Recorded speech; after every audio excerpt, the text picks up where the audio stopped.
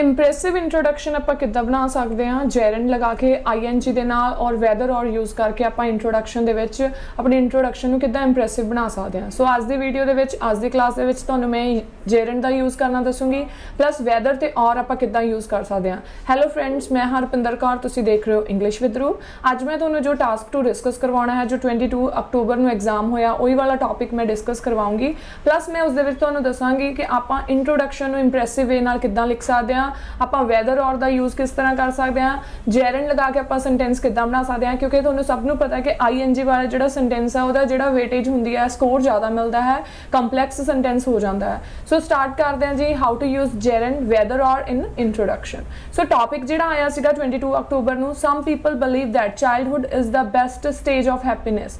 कुछ लोगों का मनना है कि कहंदे जिहड़ी चाइल्डहुड आ वो एक बेस्ट स्टेज हुंदी आ हैप्पीनेस दी, मतलब कि बच्चा जिहड़ा बचपन है वो सब तो ज़्यादा हैप्पीनेस हुंदी आ उस बचपन दे विच। While others believe that a person can enjoy more happiness in other stages of life. पर कुछ लोगों का मनना है कि नहीं, पर्सन कहने इंजॉय कर सकता है होर भी ज़्यादा हैप्पीनेस अदर स्टेजेस दे विच, जरूरी नहीं कि चाइल्डहुड दे विच।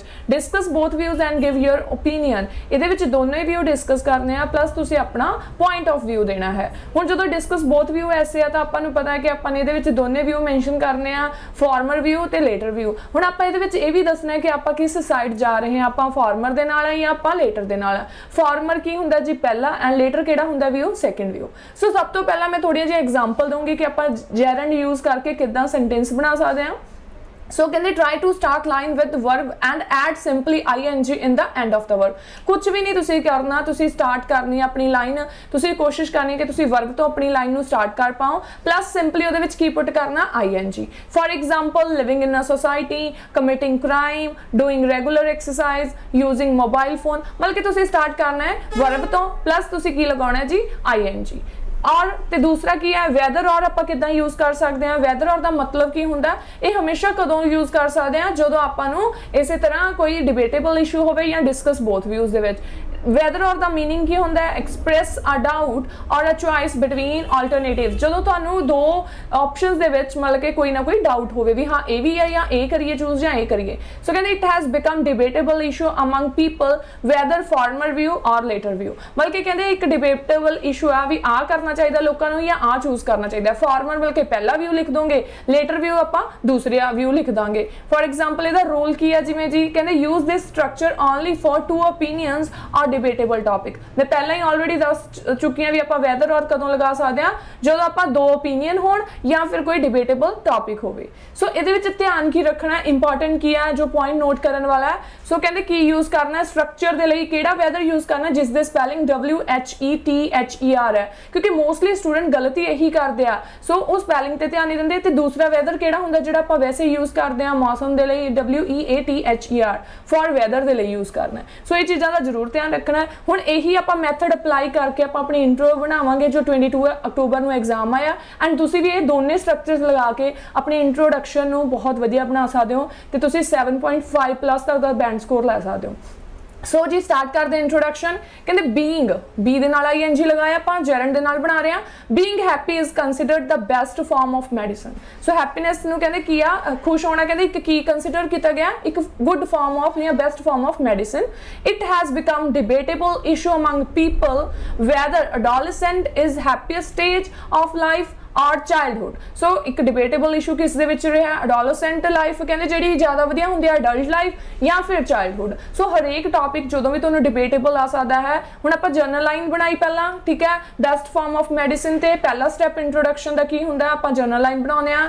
दूसरा स्टैप हुंदा जी आपां पैराफ्रेज करते हैं जो कि आपां ने वैदर और दे नाल पैराफ्रेज किया। हमेशा तुसीं यही स्ट्रक्चर फॉलो करो, एक तो तुहाडे लई सिंपल हो जाएगा ते तुसीं यूज टू हो जाओगे। एंड नैक्सट टॉपिक आपां की कवर करते हैं थीसिस लाइन, अपना ओपीनियन दस दिंदे हुंदे आ। कहंदे in my opinion people can be happy in any part of their growth irrespective of age. मेरा मनना यह आ भी लोग किसी भी उसदे विच एज दे विच हैप्पी हो सकते हैं भी जदों ग्रो करते हैं। एज कोई भी आपां कह दईए मैटर नहीं करती। इररिस्पैक्टिव दा मतलब भी रैदर दैन जिवें आपां कह दिंदे आ। सो ये आपां इंट्रोडक्शन कवर कर दी। अगेन मैं दस रही हाँ जेरेंड का यूज किद्दां करना है। सिंपली वर्ब तो स्टार्ट करना, ING लगाना, प्लस वैदर और कदों लगाना है जदों आपां नूं 2 ओपीनियन दे विच की होवे डाउट होवे, ठीक है, या डिबेटेबल इशू होवे। हुण अपनी इंट्रो ही इन्नी वधिया बन गया। सो हुण आपां स्टार्ट कर रहे हैं पॉइंट्स डिस्कस करने। सो हुण आपां पॉइंट इहदे विच ऐसे दे विच किहड़े-किहड़े लिख सकदे हां क्योंकि पहला आप एक व्यू डिस्कस करांगे भी चाइल्डहुड जी हैप्पीएस्ट है वो क्यों है, ठीक है। सो उन्होंने भी स्टार्ट करने की एक पेट लाइन जिवें आप यूज कर सकते हैं टू इनॉग्रेट विद, जिवें तुसीं लिखते हो टू बिगिन विद। सो कहते there are several reasons why some people argue that childhood is the happiest period of their life.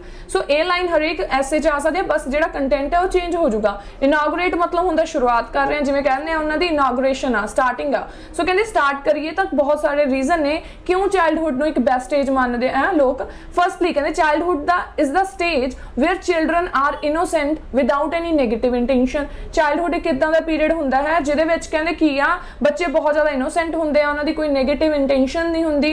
They do not have any concerns towards any serious problem as parents and family can protect them. ते उन्हां नूं कोई tension नहीं हुंदी, उन्हां दी family उन्हां नूं protect करदी आ।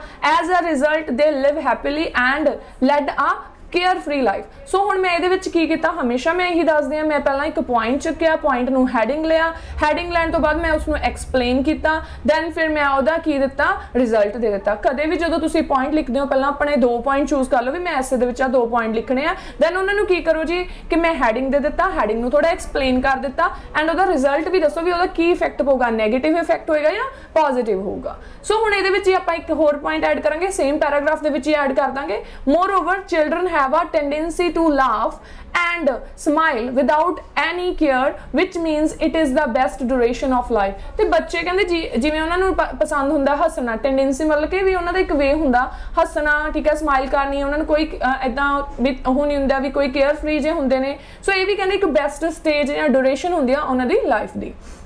सो हुण आपां दूसरी साइड डिस्कस करांगे भी इसे पॉइंट नूं अगे इलैबोरेट कर दांगे। कहंदे ऑलदो childhood is the best stage of life. हुण आपां की दिता इहदे विच आपां दूसरी साइड डिस्कस करनी स्टार्ट कर दित्ती। कहंदे भावें कि जिहड़ा चाइल्डहुड है एक बेस्ट स्टेज ऑफ लाइफ आ, I still believe that happiness can be found on many occasions in one's life. पर मेरा मनना ये आ भी हैप्पीनेस किते भी फाइंड की जा सकती है। हुण ओह आपां उहनूं एक्सप्लेन कर दांगे। Adult life offer several peaceful and enjoyable moments, mostly grey hair people remember their cherished moments throughout their life. ते जिहड़े कहंदे अडल्ट हुंदे ओह भी अपनी मैमरीज नूं तरोताज़ा रखदे ने, याद रखदे ने throughout their life. For instance कहते one can be happy when they graduate, उदों हैप्पी हो सकता है जो कहते उन्हें ग्रैजुएशन की होवे, गैट अ लुक्रेटिव जॉब, उन्होंने जो जॉब मिली होवे, and many other milestones of their life. होर कई सक्सैसफुल इवेंट्स हो सकते हैं जो उन्होंने याद रहते हैं जो वो खुश होंगे ने, ठीक है। So people also develop and evolve qualities such as empathy, understanding and respect. So उन्होंने ये क्वालिटीज डेवलपमेंट हो जाती है, अंडरस्टैंडिंग, ठीक है, वो ज़्यादा मैच्योर हो जाते हैं, रिस्पैक्टफुल हो जाते हैं। These factors bring a sense of satisfaction and stability consequently. So कहते ये फैक्टर ने की ब्रिंग करते हैं, लाइक उन्होंने खुशी मिलती है, सेंस ऑफ फुलफिलमेंट जिवें आपां कह दिंदे आ। सो कॉन्सिक्वेंटली कहते इहदा रिजल्ट की पैंदा, कॉन्सिक्वेंटली भी आपां रिजल्ट दे लई यूज करते हैं, brings long term bliss in many adults life. So long term happiness कहते ब्रिंग करते हैं जिहड़े ये फैक्टर्स ने। सो हुण आपां एक पैराग्राफ दे विच ये डिस्कस किया भी चाइल्डहुड बेस्ट एज क्यों हुंदी है हैप्पीनेस दे, है ना। ते दूसरे दे विच आपां डिस्कस किया भी जिहड़े अदर आपां कह दिंदे आ भी एज हुंदी है, ठीक है, चाइल्डहुड तो बाद, ठीक है, टीनेज या आपां कह सकदे यंगस्टर या अडल्ट भी उहदे विच किहड़े-किहड़े फैक्टर्स दे नाल हैप्पीनेस मिलदी है भी आपां उपर दस्सिया ना भी एज कोई मैटर नहीं करती। सो उन्होंने एक्सप्लेन किया। अगेन मैं दसना चाहनी हाँ जे तुसीं इह एक साइड भी जाते फॉर्मर या लेटर नाल भी जाते तां भी तुसीं दोने पैराग्राफ डिस्कस करने सी, बस अपना ओपीनियन क्लीयर करना सी भी मैं इस साइड हाँ बट इस साइड क्यों हाँ। हुण आपां उपर क्या भी एज मैटर नहीं करती। सो उस तरह मैं अपने पॉइंट्स नूं एलैबोरेट किया। सो कहते in conclusion the sense of contentment comes with achieving various milestones and in different phases of life. So कहते जिहड़ी कंटेंटमेंट है ना, सैटिस्फैक्शन मिलती आ, वो कहते आपां नूं वेरियस माइलस्टोन अचीव करन ते मिलदी है जो आपां कुछ अचीव कर लैंदे आ। सो ये जरूरी नहीं भी इस एज मिलती है, कहते डिफरेंट फेसिस ऑफ लाइफ च मिलती है। सो एंड ते फिर तुसी फिर कह दोगे in my opinion individuals can enjoy their lives by being happy in every part of their life. So ताई मेरा एंड ते भी मैं यही ओपीनियन देना चाहनी हाँ कि इंजॉय कर सकते हैं इंडिविजुअल अपनी लाइफ में किसी भी स्टेज पे। सो एज डजंट मैटर आप कह सकते हैं। सो भी आप कह सकते हैं भी जो इंडिविजुअल अपनी किसी भी स्टेज पर अपनी लाइफ में इंजॉय कर सकता है, डिपेंड करता भी उन्हें की अचीव किया। ओके फ्रेंड्स, ये 22 अक्टूबर को एग्जाम के ऐसे आया सीगा। जे तुहानूं मेरी आज की क्लास वधिया लगी लाइक ते कमेंट करके जरूर दसना। मिलते हैं जी नवी वीडियो के नाल। Bye bye, take care.